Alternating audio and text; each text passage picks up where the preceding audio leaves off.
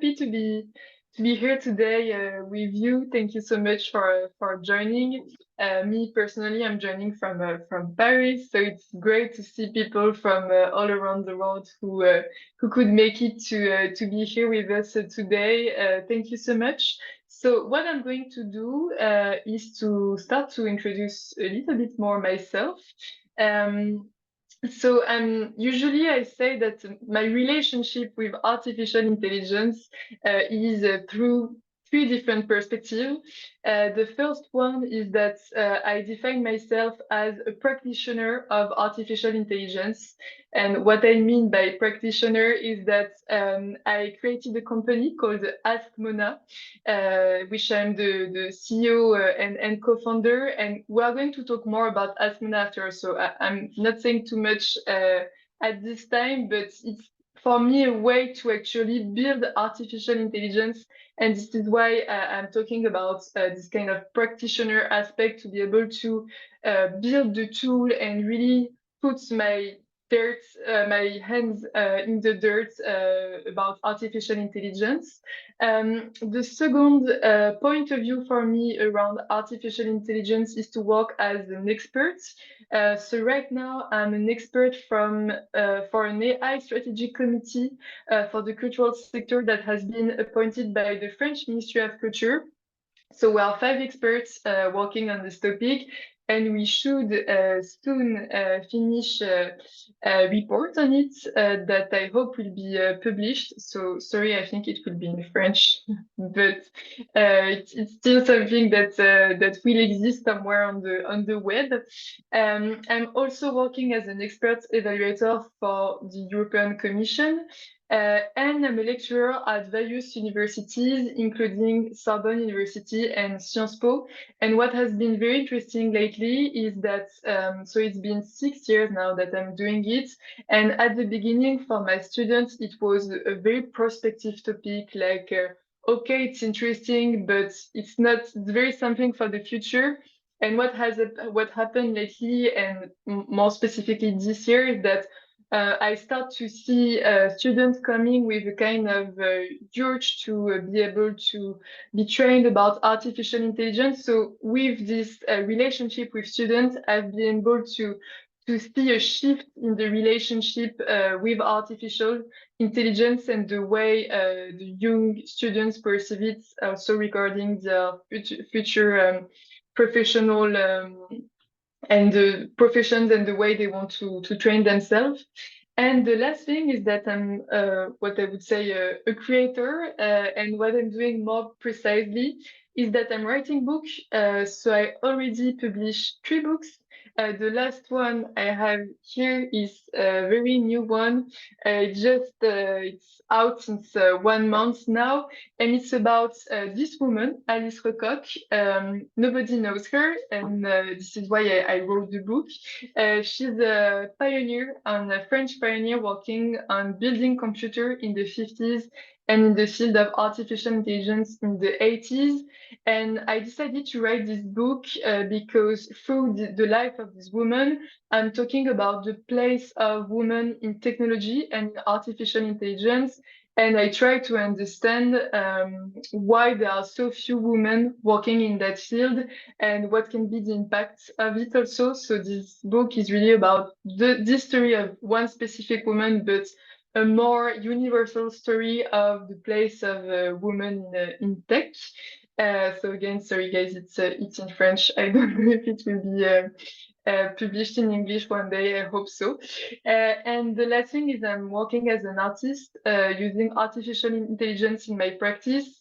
And to say a few words about one of my last projects, it has been during a residency in Scotland, and I've worked with various partners, including the National Library of Scotland, and I've used their archive to create fake archives, and I was questioning the relationship we have with the truth and the context of fake news. And my work was about this kind of relationship people have with the real and fake archives, and the fact that we're not able to perceive the difference between the two of them and how it can impact the relationship they have with information. because, and also I can share it with you, but we've published a paper for the Royal Society Open Science Journal that show that people, when they know that some content has been generated by artificial intelligence, they lose trust in information and they are more skeptical. So yes, just to tell you a few words about that, it's not the main topic of this presentation. So before I dive too much into what Ascona is doing with artificial intelligence for audience engagement, I'd like to talk about artificial intelligence and more specifically generative artificial intelligence, because I don't know for you guys, but it's a word we hear too much maybe, but sometimes we don't know precisely what we are talking about. So I'd like to start with it. What is artificial intelligence? And what I think is fascinating with this technology is that it starts when computers actually look like that. So this is a picture of the ENIAC, which was one of the first computer, and you can see that at a time in the 50s where computers look like this, you have people we called the father of artificial intelligence that were already defining what is it, and actually their definitions are still very accurate today. So more than 50, 60 years later. So I think it's interesting to keep in mind that we think it's new, but actually it's not.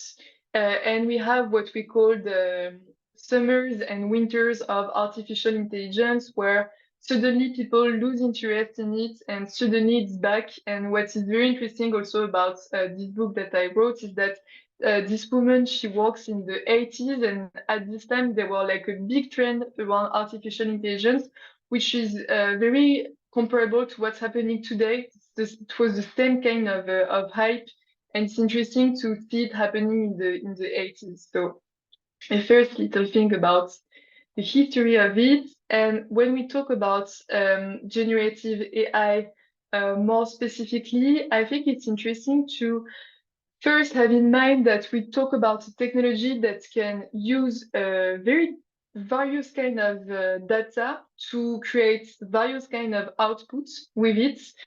So you can generate text, and it's what we've seen with tools such as ChatGPT, but also images. And we can quote Midjourney, but it's not the only tool. You can generate speech. You can actually clone your own language, clone your own voice, sorry, very easily. I don't know if some of you have done the test with tools such as 11 Labs. It's crazy. I've been using a 2 minute video of myself that is available on YouTube, and actually I was thinking the voice really looks the same. So it's interesting and disturbing at the same time. And what is interesting to keep in mind is that I think there are, no, not I think, but there are two levels. The one is the level of the models. So there are various ways to call them, but most of the time we say foundation model, LLM. People have various ways to call them, but it's the big models that are trained with a lot of data, and there are few models of this kind that are available. And there is the level of applications, and actually a lot of people are developing applications on top of it. And maybe to illustrate those two layers, the classic illustration is ChatGPT, which is actually an application based on GPT-4 or GPT 3.5 model from OpenAI. So it's interesting to try to have in mind this articulation between the model and the application people build on top of it. And so, as we mentioned, AI, it's not new. There was already a hype around artificial intelligence since 2010, I would say, 2015. But what has changed with generative AI, from my perspective, is that people can decide to use an artificial intelligence to do something for them without any technical skills. And what happened before is that we were using AI all the time. I mean, if you have like a mailbox, you're using AI. If you're using Spotify, Deezer, or whatever streaming tool, you're using AI, but we were not conscious, we didn't have it in mind when we were using it, but it has changed with generative AI. And so here I've put various tools you might know about to generate text, image, sounds, voices, and video. It's not exhaustive at all. And maybe to talk a little bit more about sounds, it's interesting because you have very high quality of generation with text and images. Sounds is not the case. It's getting better and better, but it's interesting to know that it's because of the data set. Um, if you want to have a good data set with sound, you have to know about music and technical also way to describe music. And it's not the kind of profile you have usually in tech startup. So this is why it's not the same level of efficiency, but it's going better and better. And even for video, I think you've seen maybe lately what's possible to do with tools such as Sora. So it's evolving very quickly with improving level of performance. So, oops, what's happening with my slides? Spoiler alert. So now I'm going to talk about more precisely my experience at Ask Mona using artificial intelligence for audience engagement. So first, to give you a little bit more context about it, it's been 7 years that we are working in that field, and as I mentioned with my teaching experience, we've seen this field evolving a lot. And also in terms of what is possible with the technology, we have seen we have seen a lot of evolutions. And so at the beginning, we decided to call our company Ask Mona because what we were dreaming of was for people to be able to have a conversation with Mona Lisa. The Joconde, so this is why we called it Ask Mona. But for people to really be able to have a conversation with an artwork, at this time it was still very difficult because we have to anticipate all kinds of questions people could ask themselves in front of an artwork, which is very different depending on who you are. And I'm going to explain it a little bit more after, but we've seen that with this evolution of technology and more precisely generative AI, it's the kind of experience that is now possible and which is great in terms of audience engagement expertise. And to talk a little bit more about the vision we have at Asmona is that we think that AI can be very transformative for to improve the way we learn and also to change and to improve how we share knowledge. Because what's happening with generative artificial intelligence is that everyone is able to have an easier access to knowledge because before internet, you have to search on books what you wanted to have. Then we have the apparition of internet that make us able to search online and to find web pages. Then there is also Wikipedia, which was a big evolution in terms of how we access knowledge. And I think artificial intelligence and more precisely GenAI is a new evolution because we can really have this interactive way to access knowledge. And I think it's interesting to think about the way as humans we learn. And most of the time it's through conversation because when we go at school, we listen to our teacher, we learn things from our teacher, we ask questions. And I think what AI is bringing is this way to have this kind of back and forth, but with a machine to learn and to expand knowledge. So if I go deeper into what we do, so just first I had to put some logo on the slide at some point. So we are working with various partners across the world. So while working with very big museums, and I've put, of course, the Louvre, the Orsay Museum, the Eiffel Tower on my slide, but also with smaller institutions. And it's interesting to see how AI is not like only for big museums, but how we can find a way to work with smaller organizations and also so their visitors can benefit from it. Because I think most of the time when we think about that, we're like, okay, it's only for like big budget and not accessible. And for us, it's really an engagement to try to find ways to make this technology accessible. This is why we are able to work with very various organizations. So to explain you a little bit more about, so sorry, I'm focusing on tech, but after I'm going to talk about use cases, but so you will be able to better understand how it's working. So when we've seen the rise of generative AI, we were like, okay, this is great, and maybe we could definitely be able to talk to the Joconde and Mona Lisa as we wanted at the beginning, but when you use tools such as ChatGPT, I think you maybe all have made the experience where the ChatGPT is showing you nonsense and wrong information.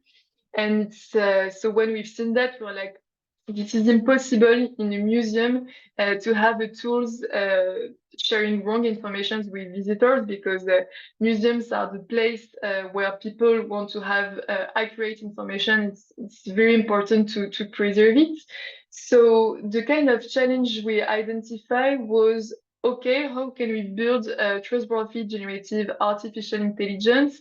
And we really focus on how can we input and control the model in a way that it's only using a created database of information to be able to generate answer. So this is where our focus was when we saw the rise of artificial intelligence. And now I'm going to talk about use cases. So at Taskmona, we think it's interesting to work in the visitor journey globally. So what's happening before, during, and after the visit, because we think that improving the access to cultural organization, it's something practical. It has to do with okay, are people actually able to come because they have the right information at the right time? And for example, if it's someone with disabilities, you are able to answer and to tell, yes, you are going to be able to come because we have this and that for you, and it's okay. And if the visitors don't have the information on time, then there is a chance they don't know. So it's very practical, but it counts for visitors to be able to come. So we work on this aspect of before the visit, on how can we make sure for people to have all information they need, and for museums team also to save time and to focus really on the kind of the visitor who really need for them to be here and to help them. We also work on okay, what's happening during the visit, and it's what I was saying about how can we transform the way we learn in museums. And so for that, I'd like to share a practical case. It's something we did with the National Museums of Fine Arts in Quebec, the one I'm going to show you. And what's happening here is that the museum team first start to interview their visitors about their needs. And sorry, I've been talking a lot about tech lately, but the needs come first, and it's very important to think about what do we want to do, what's the strategy, and then think about, okay, what kind of technology are we going to use? And so what they have found out during those interviews is that visitors, and more specifically individual visitors, they wanted to have access to more information, but in a more personalized way. So of course there was like an application and ways to read at some contents when they were visiting, but they wanted to have more interactivity. So what the team did first is that they did a first prototype of a kind of conversational agent they put in the hand of visitors. It was before generative artificial intelligence, and they had very good feedback from people saying, it's good for me, I don't feel ashamed to ask questions, I really like this kind of experience, and is it possible to make it available on more artwork? So they have a very good feedback. And so we started to work with them to make them available to improve the experience. They already validate the needs with their visitors, but also scale it to make it available on more artwork. And so I'm going to show you what we did together.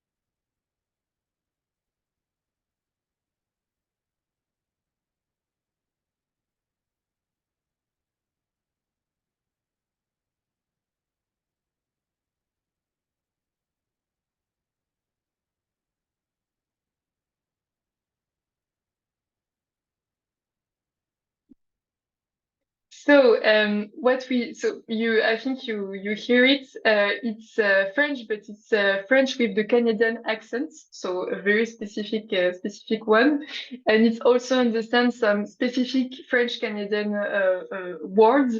And what is interesting here is that the visitor is able to ask any question he wants with his or her voice. But also to listen, and he can also write questions and read them. So there is this possibility for visitors to choose whatever way to communicate is the more appropriate for them, and to ask absolutely any question they have. And for example, we had a minister from Quebec who tried the experience and who said something like, okay, it's make me melancholic to see this artwork, and the AI answer saying, oh, maybe you're melancholic for this reason, and did you know that the artist was doing it for a specific reason? And it's really a way to engage visitor into a conversations about artwork where they can ask absolutely anything and have answers from it. So it was the first use case I wanted to share. I'm going to share another one, which is the after the visits, and we are very interested to walk about this specific time, because most of the time we don't address it that much. It's okay, it's done, visitors go to a museum shop, why not? They buy something, and maybe we are going to send them an email and find a way to make them come back, but there is no, most of the time, real content that is delivered after the visit. So we wanted to work on the specific time of the experience and also find a way, and it's something I was saying at the beginning, to help smaller organizations being able to adopt innovative projects and artificial intelligence. And so it's been after years of trying to figure out how to do it, we created something new, which is, so it's not, the object is not new, it's a magnet. So for example, here I have a Van Gogh magnet with me. And so it's a magnet as the one you can collect in the museum. But what is specific here is that on the back of the magnet, you have a QR code. And when you scan the QR code, you can have a conversation with the AI of Van Gogh. So here it's Van Gogh, but I have Molière with me. We have plenty of characters depending on the museums. And it's a way for, as it's sold in museum shop, it's a way for museum to have revenue from it, but also for visitor to have content after the visit. And for example, we work right now with a museum which has an exhibition about artificial intelligence, and we did the Ada Lovelace magnets, and Ada Lovelace was one of the pioneer of artificial intelligence. And for some people, the first time they actually use an artificial intelligence buying this kind of magnets. So it's very interesting, and I have a kind of demo part if you want to ask a question to Van Gogh. I'm going to share another screen. Oops. So if I share my screen, we can end with questions to Van Gogh. So here it's open on my computer, but I don't know if there is any question you want to ask to Van Gogh. So let's be polite first. Hello, how are you? Okay, it's going is well. So there is a kind of question people always ask, which is why did you cut, oops, your ear?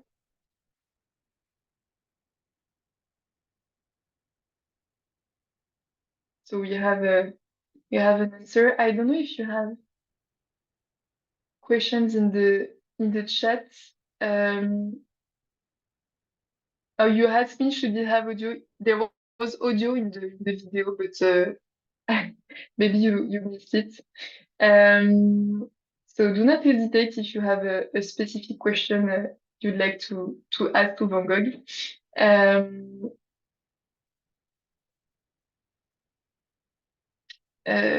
Yes. So in the meantime, maybe I can go back to my other screen. And yes, up. Oops, sorry, I think I'm back. Yes. So this is to let you know more about Asmona. I wanted also to provide you more information about art and artificial intelligence by sharing 3 publications. So the one is AI in museums, and there is one article that I wrote for it, which is more about my artistic practice. There is this conference from conference. So the publication is in French, but the conference was in English.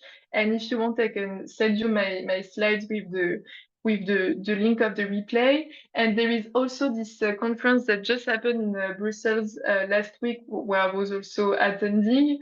And they are going to publish a report, and it's more like kind of global recommendation for decision makers throughout artificial intelligence in museums. So if you want to dive more into this topic, I have those 3 publications for you, and maybe we can take time for the questions. I don't know what you think, Josh. Yeah, absolutely. Let's open up to some questions. I think there was a few questions in the chat. So Aiko, your camera on. Do you want to ask your question?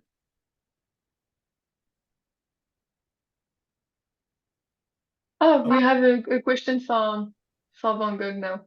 Okay, so I'm going to go back to it.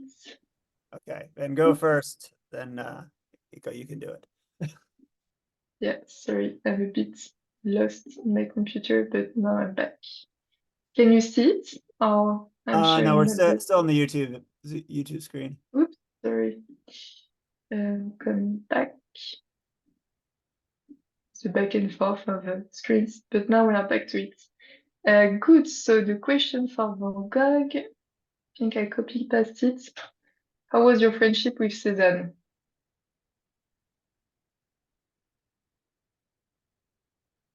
Okay, he's quoting other artists.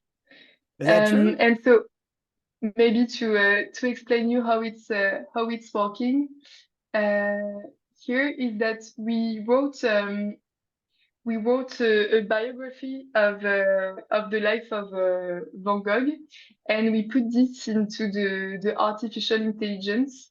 And so it's using this content to be able to reply to questions. So I should go back to my presentation now. Okay.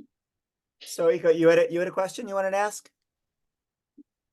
Yeah, I have a question about engagement, like, measuring success, how successful these things are in museums.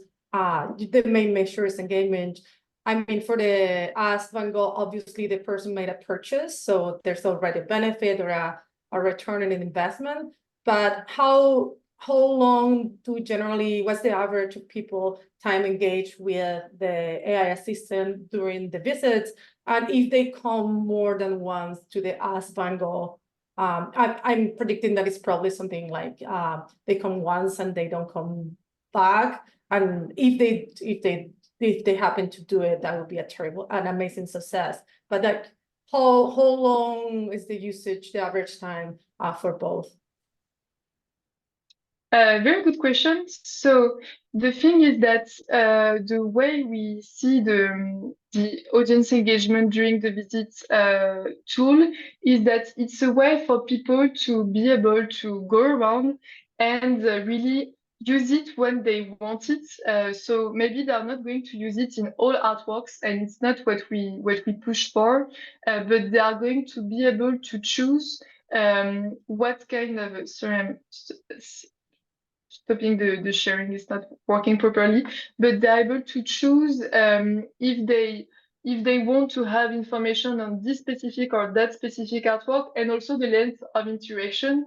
So we can see it's very dependent on the visitor. Usually when they're engaged, they can have a quite long conversation with artworks, but we don't, and it's something that is also important for us, is that we don't want the visitor to be during the whole visit on their screen and on their phone. So we are very happy that they can have this kind of back and forth between the content and the information, but also the experience and the artwork.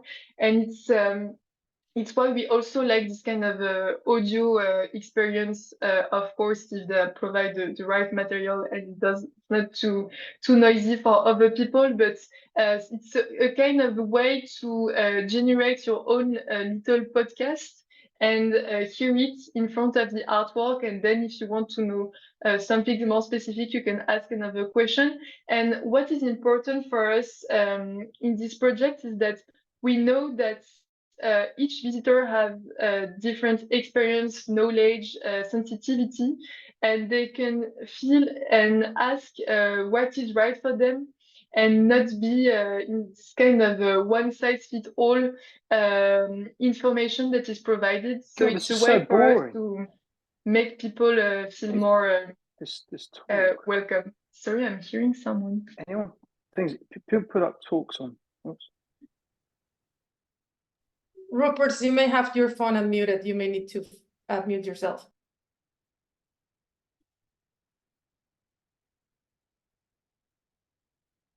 Yep. So any other question? So, and did I answer to your question? Yeah, Yes. there's a few questions. Sarah Johnson had a question. Sarah, did you want to ask your question? Do you want me to ask for you?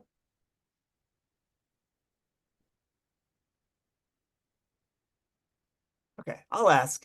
So Sarah wants to know, when people are interacting with these things, what happens if the audience doesn't have any questions and keeps walking around? Does the AI proactively start interaction, or is it really just a passive experience? Yes. So what is very interesting is that we've been prototyping with this kind of back and forth with audiences and museum team. And at some point, we've discovered that people can have this kind of blank page phenomenon in front of it, like, okay, but what should I ask? I don't know what to ask. So the way we address it is that first we provide information with this kind of introduction for each artwork, saying, okay, you're in front of this artwork, and giving a small content and starting to show example of question people can ask. And we have, in the way the interaction is made, there are some follow-up question all the time, or most of the time, I would say. So when it's like, okay, I'm giving you information about that, but do you want to know more about this? And it's made in a quite natural way. So it's a way to also help people discover and have this kind of a conversation. And what I think is interesting is that even if you say like, I don't know, I love Van Gogh in front of an artwork, which is not specific question, there is always a way for the AI to find a way to then bring the visitor to another area of interest. So it's what we try to build in terms of experience is something very interactive where you can come from some way, have more information, then discover another aspect, and then also just put your phone on the side, enjoy, then come back to it. We don't want it to be like too much invasive and the kind of A to Z experience where you have to do all the stops. We really want to bring some freedom to visitors, but also some support when they need it. Yeah. All right. I'm going to ask my own question. I'm curious. So, I mean, I guess someone had shown that like Cezanne and Van Gogh had actually met. So like, obviously the interaction is only sort of as good as like the training data, and, the Yes. training data is going to be sort of incomplete. But then I would also imagine if you give it a ton of training data, you're going to end up with hallucinations. So, how do you sort of deal with that? So so as you mentioned, it's all depend on data, and we have things you might have here, which is regarding artificial intelligence and algorithm in general. It's garbage in, garbage out. Yeah. So if you put not the right kind of data, or not enough, or not good enough, then you don't have the kind of information you want. And so the way we try to work on it is that, of course, we don't want it to have access to unrestricted data because we don't have control of it, so we restrict it. But if we put not enough information, then it will not be able to answer. So we try to find a balance where there is enough information for people to have a good kind of interaction, but also admit the limits. And for example, if someone asks about life on Mars, I don't know, during the museum, the tool is also here to put some limits and say, okay, I'm sorry, but I'm not able to, it's not the topic and the reason why we're here, but we can talk about that and find a way to bring the visitor back to the right kind of answer. So Marion, I don't know if you're willing to share, but like, what are some of the tools you're actually using? Is it mostly OpenAI models? Like what kind? Because I guess Asimo is really an application layer on top of an LLM essentially. So what is important for us is to be agnostic. So to be able to connect to any kind of model and don't depend on one specific model. And so we have a big benchmark of the cost and the performance and the pros and cons of each model available on the market. And depending on each project, we choose which one we want to connect, which I think is more interesting because if you use only one, you can be dependent. Also, if there is a breakdown issue with the model, then it's not available. So it's right for us to find a way to be able to connect to the most models available, so we don't depend on a specific one. Sorry, muted myself. My kids are home and super loud right off this. But I'm curious. Are you constantly updating the content on the model? Do you just train it once on a set and sort of set it and forget it, or are you constantly adding new content to the model? So it depends on the kind of experience, but we have some that are connected to a database. So it's updated when the database, like for example, the website is updated. We have some that people can update whenever they want, putting some new content on it. So it really depends on the kind of experience. But what is interesting is to be able to connect it to other source of information. And also maybe to open a little bit more the kind of questions. I've been talking a lot about Askina lately because I wanted to share with you some concrete experience and use cases. And I think it's kind of interesting because most of the time when we talk about AI and museum, it can be a bit blurry and we don't know exactly what we want to talk about. So I wanted to provide some concrete examples, but I'd be also very happy to talk more globally about the impact of AI in cultural organizations. So what other teams can do in terms of use case, in the way they use it, and also more globally the impact of AI on cultural industry. So feel free to ask more global question if you want. So Jose Antonio actually had a question like that. Jose, do you want to ask your question or want me to ask for you? I'll ask for him. Can you share your ideas for the use of AI and children in museums to improve their curiosity and creativity? So I expand a little bit more the questions about okay, what we can do in terms of AI in museums. So what I've seen lately is a lot of uses for communication and marketing. So for team, for example, and I keep the child museum question in mind, to be able to generate some communication contents. So images, text, press release, those kind of things. And the kind of feedback I have usually is that, oh, I asked ChatGPT this kind of information and it was wrong and it provided me wrong information. But I think the way to use those tools, if it's not ChatGPT, it can be other generic solution, is to really have back and forth with the machine. And I've seen your question in the quiz at the beginning of the session, but I think it's really a know-how, but when you know how to ask the right question and how to have the right kind of back and forth, it becomes very interesting because you can input it with your own content. So be careful of the confidentiality of the information if you use a version that is open and not secure for that. But you can have those kind of back and forth when you have more accurate content that is generated that can help save a lot of time in museum team. So I think this is interesting.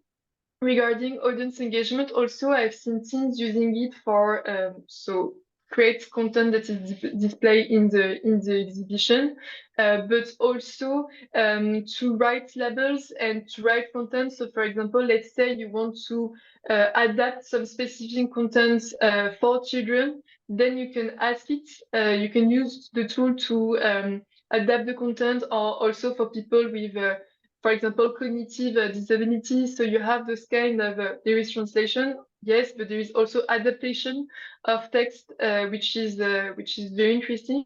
I've seen also some legal team trying to figure out how they can be more efficient.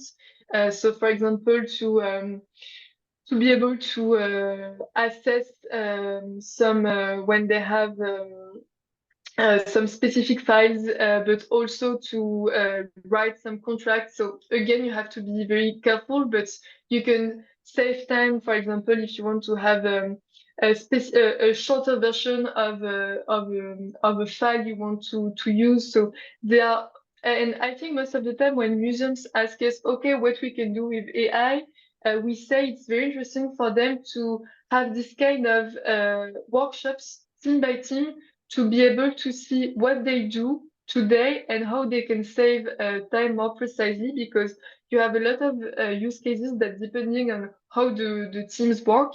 So I think it's an opportunity for everybody when you know how to use it and when you find the right use cases for information. And I think more globally, it's also really interesting to share some use cases. And for example, I've done a big benchmark of what has been done in terms of audience engagement using generative AI, to be able to know what's done, what's working, not working. And I think it's how we can have a better use of AI in the museum ecosystem is to share what we do, each of us, and try to grow collectively on that aspect.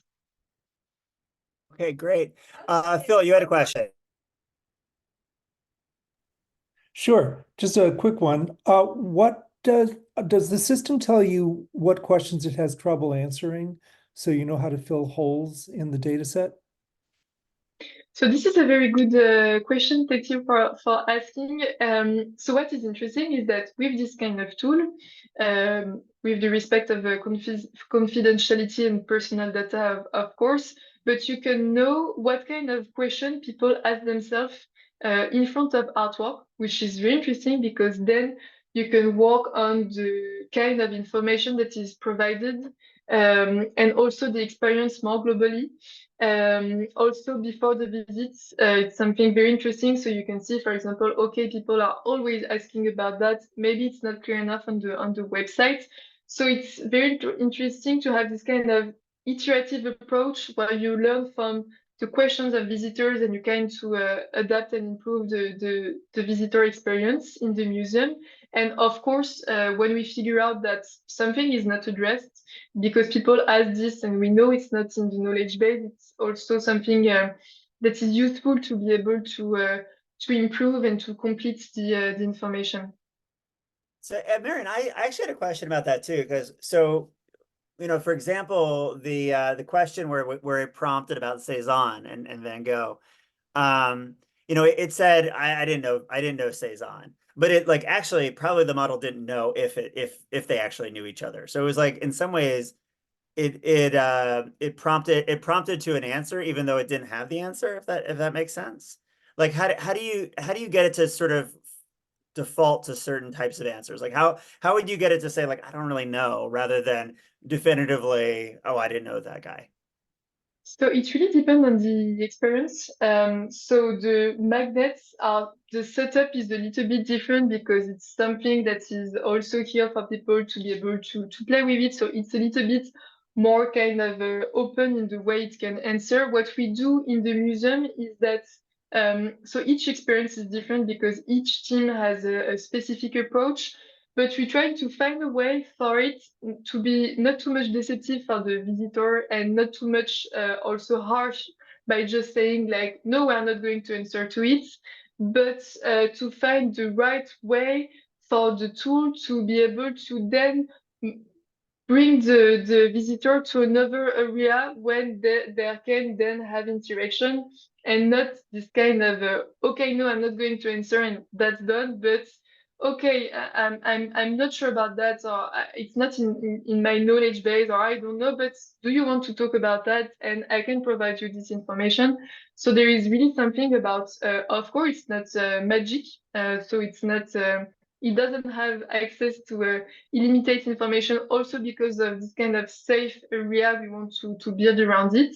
But we can, in the design of the experience, find a way to then bring more information about another topic and still have interaction with the visitor.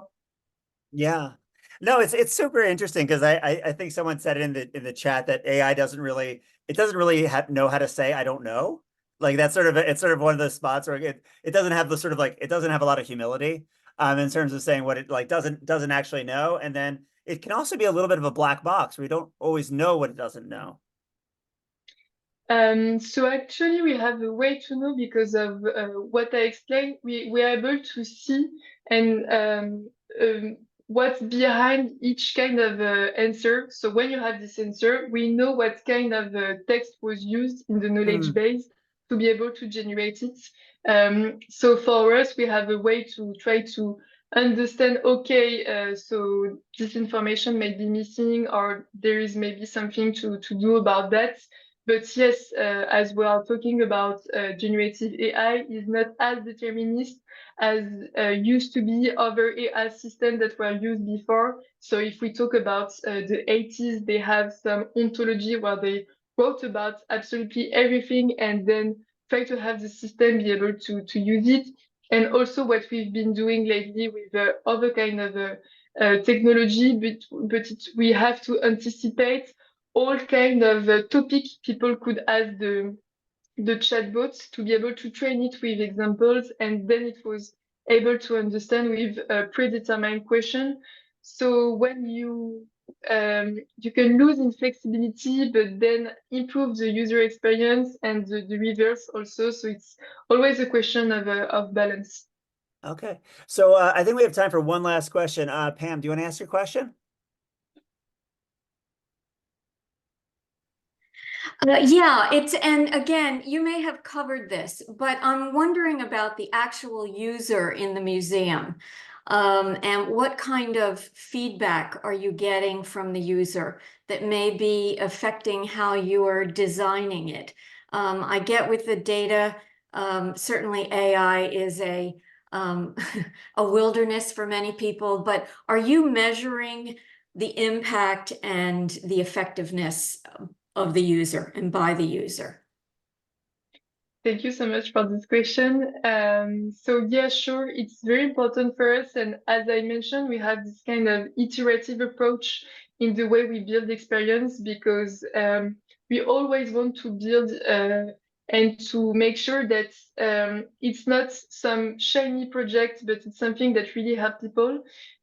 So first, we try to be very curious about what are the users and to build on top of it. So for example, in the video, you've seen a visitor being able to take picture of artworks, and we decided to do that because a lot of people take picture of artworks. So we were like, okay, what can we build in top of it, in terms of interaction, so that okay, they take a picture of an artwork, but it brings something more, and it's a kind of a door to have access to more content.